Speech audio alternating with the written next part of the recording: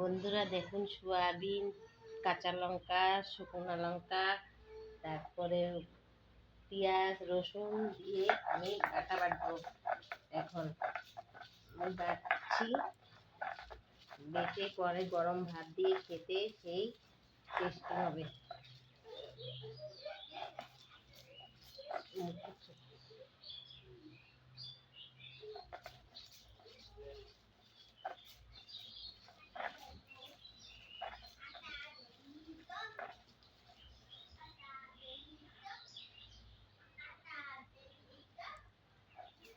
আপনারা চাইলে মিক্সিতে মিক্সচার করতে পারেন।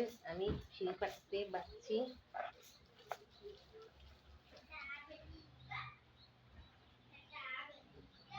দেখুন বাটা হয়ে গেছে। এখন ভাত দিয়ে আমি এটাকে মেখে খেয়ে দেখবো, সেই টেস্টি, সেই সুস্বাদু হবে।